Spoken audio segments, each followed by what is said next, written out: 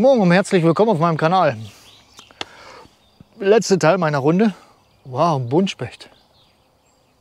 Was ich hier so alles zu sehen kriege. Bin ich unterwegs nach Sinzing, sollten noch so 16 Kilometer sein. Und diese Nacht war wesentlich besser. Ich habe nicht gefroren, es war wirklich angenehm. Gut, jetzt hört man es kaum. Aber nachts, der Lärm von der Autobahn, das ist schon Wahnsinn. Das ist schon ziemlich laut. 4-mal habe ich Besuch vom Rehbock bekommen. Mal so ein bisschen so, vielleicht so 30 Meter weg. Und das eine Mal dachte ich, der steht neben meiner Hängematte. Hat der gehustet, beziehungsweise gebellt. Die bellen ja, ne? Und war schon interessant. Und in der Früh, als es schon ein bisschen hell war, kam er das letzte Mal. Krasse Nummer. Ja, würde ich sagen, gehen wir einfach. So. Ach, auf dem Felsen da drüben waren übrigens gestern diese Kletterer. Wahnsinn.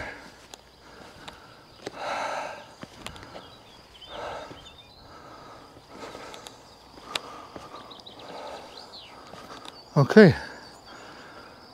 Die sind gestern hier rauf geklettert. Da oben ist noch ein Haken drin. Geht natürlich auch einfacher. Wow, ist das ein Blick.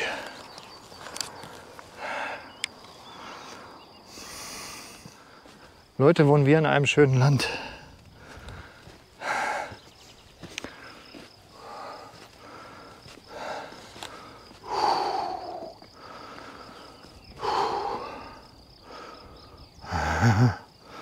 Eins, zwei, das ist ein Haken und da geht's runter. Da drüben in dem kleinen Wäldchen habe ich geschlafen. Ja, jetzt drückt die Sonne schon wieder ganz schön. Puh, hilft aber nichts. Aber ist das hier schön, Leute. Also, wenn du mal in der Gegend bist und zu viel Urlaub hast und nicht weißt, was du damit anstellen sollst, jetzt weißt du es. Ist das klasse. So schaut es hier aus. Zeig dir noch mal. Von der Seite hier ist eine Bank. Da ist eine Bank, dahinter ist eine Bank. Genug geschwafelt. Auf geht's, Natur genießen. Weil ich möchte heute Nachmittag noch mein Auto aus der Werkstatt holen. Das wartet hoffentlich. Frisch gestrichen und wieder bremsbereit. Ist das hier meiner? Ich hoffe, weil wenn ich mal unten bin, bin ich wohl unten. Hier gab es keinen anderen Weg. Ja. Ein Traum. Ein Traum. Heute geht es mir wesentlich besser als gestern. Das kann sich zwar schnell ändern, aber ich glaube nicht. Ich habe die Mütze heute verkehrt rum an, weil gestern hat die Sonne ein bisschen den Nacken angewärmt. Und da ich ein bisschen ein hellhäutiger Typ bin, übrigens nennt sich das hier Alpiner Steig. Und ich muss sagen, mit den ganzen Felsen, die rausschauen, hat der sowas. Nicht die Höhe, aber vom Gefälle her, vom Untergrund her, könnte ich mir vorstellen, dass das, wenn das alles nass ist, noch ein bisschen mehr Spaß macht. Ja, ich denke mal, da vorne sind noch ein paar Felsnadeln. Die werden auch noch meine sein. Also, auf geht's. Halleluja. Gott, da geht hier ganz schön hoch. Oh.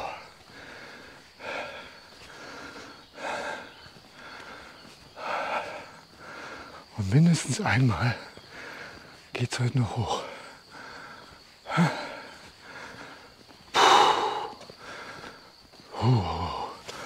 Steht's dran, Natur, Freundehaus.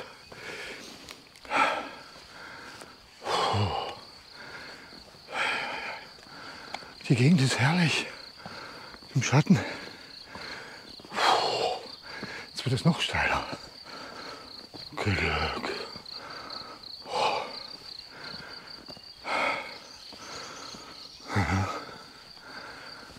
steht wieder dran.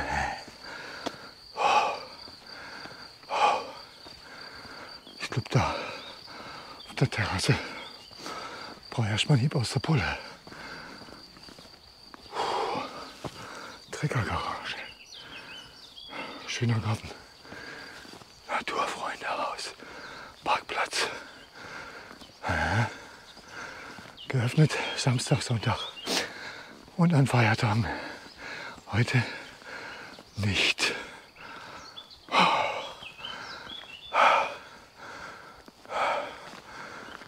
13 bis 17. Einmal waren wir da. Krass, was da für Leute oben waren. Schon 4 Jahre her. Oh, diese Kiefer.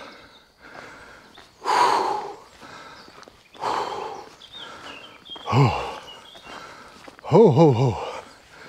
Ach, das ist es schon. Haben wir schon da oben. Oh, ja. Das ist gut. Ach, der Jurasteig geht ja lang.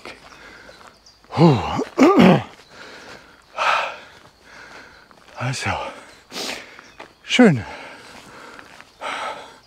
Sieht schön aus, wenn man herkommt, ne? Und die machen da Kaffee und Kuchen. Oh. Der Kaffee ist nicht gerade der Renner, zumindest war es damals nicht.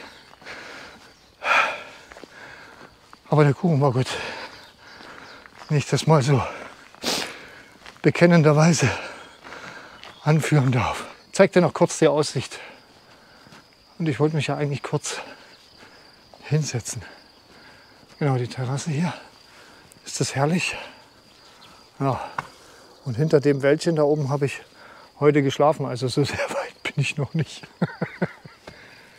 Krass. Sehr schön. Da oben geht es weiter. Eine Bank. Okay, das ist meine Wasserbank. Mal so eine kleine Kostprobe. Nochmal vom alpinen Steig. Ja, das ist schön hier. Wow.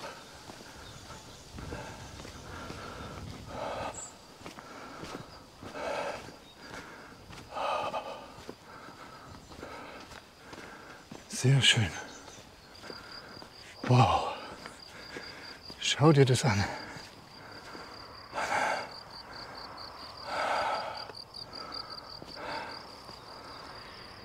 Jetzt ist die Karte gleich voll.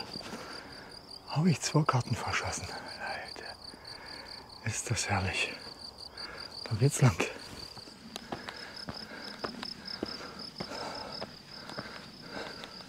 Wow. Aussicht jagt Aussicht. Jetzt bin ich gerade hier in Eilsbrunn auf dem Friedhof, weil mein Wasser aus war.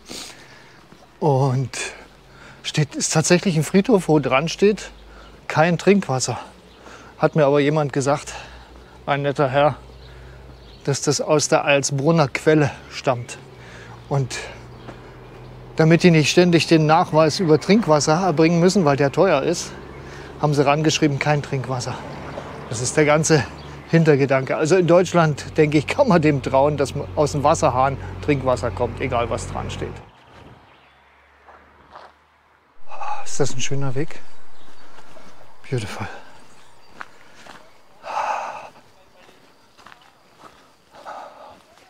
In Eilsbrunn gibt es übrigens auch einen schönen Biergarten. Also da kann man dann auch sehr angenehm pausieren. Wow, was für eine Hütte. Die ist fertig. Und wahrscheinlich ist niemand wirklich da, der für den Abriss die Kosten übernimmt. Die ist abgebrannt. Oben im Dachstuhl sieht man das Schwarze. Oh. Bisschen spooky die Hütte. Aber wow. Sieht cool aus.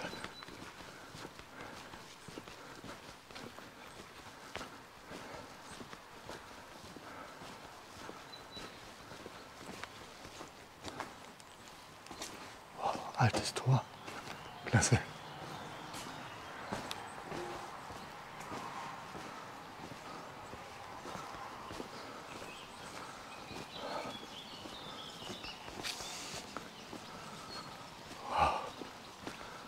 Schön hier. Eigenartig draußen, Badeofen. Siehst du das? Da ist Badeofen und Badewanne draußen. Super.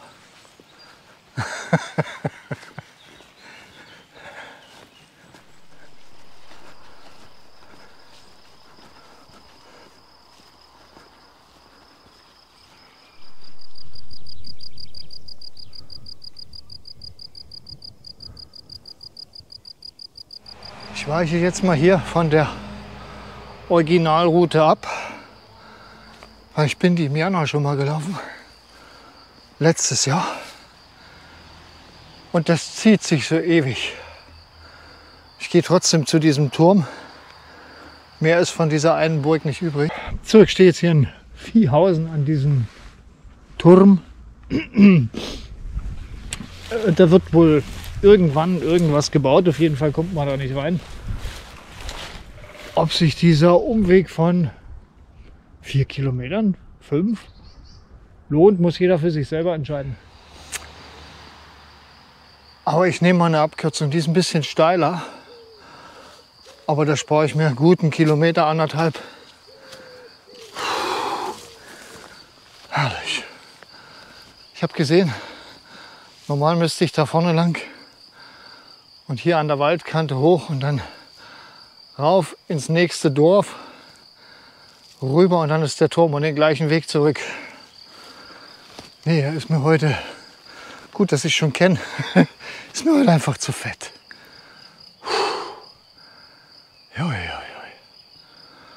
Aber geht auch, ist ein offizieller Weg, ist in der Karte eingezeichnet, sonst hätte ich ihn nicht gefunden. Hey Gott, das habe ich mir da bloß ausgedacht. Das nächste Mal mache ich einen Wasser- und Mühlenweg, das geht alles unten lang. Boah, bin ich jetzt Knülle. Pause.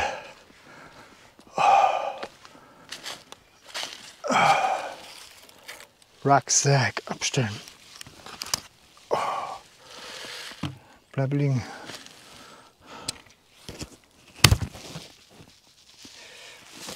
Und was trinken.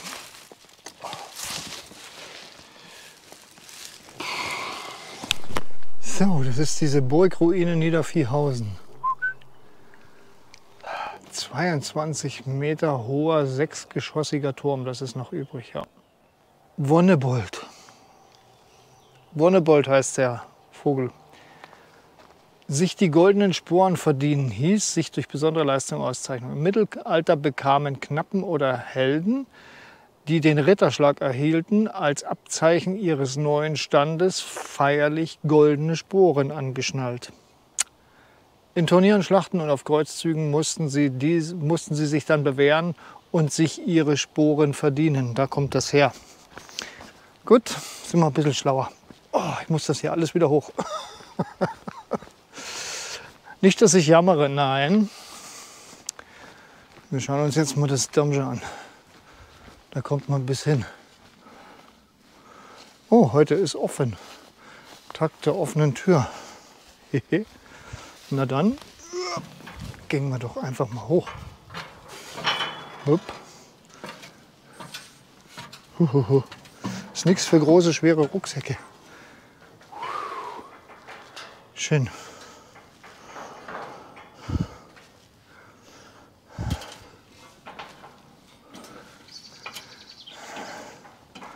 Wenn die Tür jetzt offen ist, dann klappt es mir das mal auf. Gott sei Dank.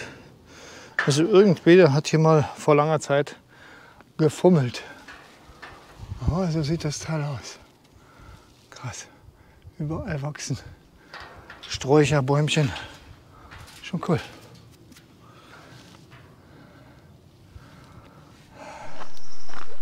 Ich habe mich für den steileren Rückweg an der Straße lang entschlossen, da sich diese Extra-Runden und Besichtigung von irgendwelchen Burgen zu den Normalkilometern addieren.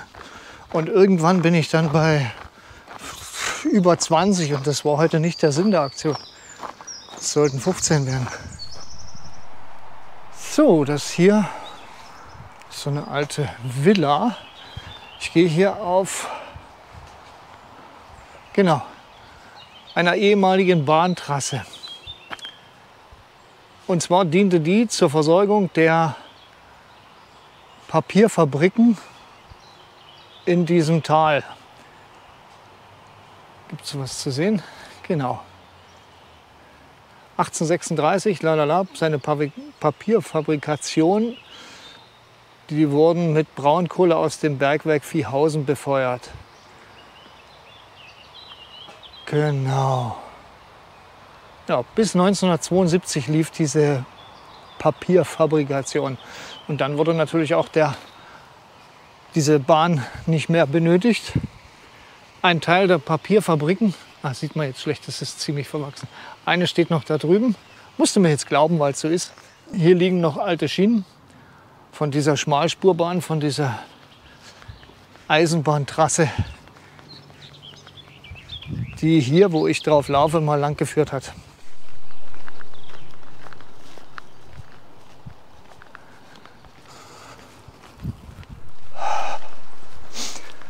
Parallel zum Radlweg da drüben führt hier ein schöner schattiger Weg, der offensichtlich selten genutzt wird. So, das sollte jetzt die letzte Burg sein. Die ist ein bisschen versteckt. Da sieht man aber die Pfeile. Die Wonnebolz. Oh, letzter Anstieg.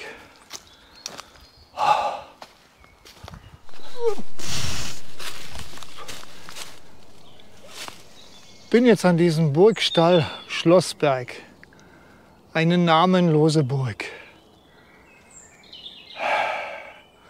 der keinerlei Sinn zugeschrieben werden kann. Das heißt also, damals gab es auch schon Bausünden, Fehlinvestitionen irgendwie. Auf jeden Fall ist es heute nicht mehr erklärbar. Da das ein steiler Aufstieg ist, schenke ich mir den heute. Ich war schon mal oben. Da gibt es nichts. Hinter dem Baum, der liegt hier oben, graben Wildschweine um. Ja, das sind Mauerreste. Aha. Puh, keine Burgmauern. So, jetzt nochmal Wonnebolz Wortkunde. Zum letzten Mal für heute lade ich dich ein, vom Leder zu ziehen. Wird heute meistens im Sinne von rücksichtslos äußern gebraucht. Im mittelalterlichen Sinne bedeutet es, das Schwert aus der ledernen Scheide zu ziehen, um zum Angriff überzugehen. Wird heute also völlig sinnentfremdet gebraucht. Angriff. Was ist da? So, da steht's auch noch mal. Steiler Aufstieg auf eigene Gefahr. Und ich bin jetzt die paar Höhenmeter gemacht, aber ich bin der Wärme geschuldet, was auch immer. Morgen einfach nicht mehr. Gehen wir weiter, noch 3 Kilometer bis Buffalo. Echt. Jetzt könnte ich was zu essen vertragen. So ein Döner wäre nicht verkehrt. Magst du auch Döner? Guten? Aber ich befürchte, das wird noch warten müssen. Ich wüsste jetzt nicht, wo in Sinzing einer ist, der irgendwo in der Nähe meiner Strecke liegt. Egal. Oh, es ist schon wesentlich angenehmer, bergab zu gehen. Machen wir noch ein kurzes Update zum Rucksack. Also ich habe es jeden Abend gemerkt, dass ich ihn geschultert hatte. Kann daran liegen, dass ich nicht mehr viel gewöhnt bin. Dass ich kaum noch große Touren gehe mit irgendwelchem schwereren Gepäck. Und der spricht halt mit mir. Die Ergonomie ansonsten ist eigentlich in Ordnung. Wenn man den wirklich voll knallt, ich weiß nicht, was der hat, 60 Liter oder 50, dann kommt er an seine Grenzen, muss man klar sagen. Dafür, ich glaube, der wiegt nicht mal 1 Kilo, 900 Gramm oder 800. Kompromiss. Ganze Leben ist Kompromiss. Ja, ansonsten der Burgensteig Jetzt auf dem letzten Teil waren nicht mehr viele Burgen, aber es war schön zum Laufen, viel durch Schatten. Sehr viel an der Laber entlang. Wirklich schön. Das eine Stück, wo ich da mit der Straße abgekürzt habe, ja, da wären noch mal ungefähr 3 Kilometer draufgekommen. Ich hatte mir für heute 15 übrig gelassen. Nee, ist mir einfach zu fett heute. Das ist ja so brutal warm geworden auf die letzten paar Tage. So richtige Wandertemperaturen sind so zwischen 10 und 15. Das ist besser. Gut. Ah, hier ist gerade so schön schattig. Das war es zu meiner Tour gewesen. Jo. Wie gesagt, ich bleibe dabei, ich kann sie empfehlen. Ist schön zu gehen. Es ist alles dabei, breite Forstwege, schmale Pfade, teilweise ein bisschen Straße. Alles, ja, einige Aufs und Abs, aber nicht übermäßig. Jo. Mir hat es riesen Spaß gemacht. Gut, dass ich es durchgezogen habe. Und ich kann dir das auch empfehlen. Jo. Damit geht diese Wanderung heute zu Ende. Und ich werde mich jetzt noch die letzten 3 Kilometer zu meinem Zug machen und dann mein Auto holen. Und dann ist gut. Danke, dass du wieder dabei gewesen bist. Ich hoffe, dir hat es Spaß gemacht. Du konntest ein bisschen was mitnehmen. Bleib mir gesund, bleib mir gewogen und geh ab und zu vor die Tür. Also, tschaußen, dein Olli. So, das war's. Hier fließt die Lava in die Donau.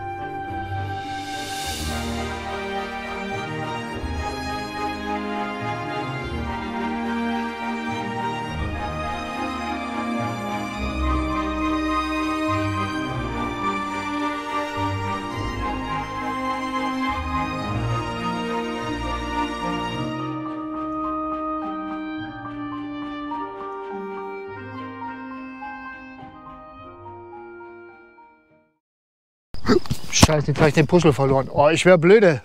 Kruzifix. Jetzt musste ich fast zurückgehen wegen dem da. Da ist die Bank, wo ich vorhin war. So, jetzt ist er wieder dran. Diesen Teil des Weges kenne ich von gerade eben.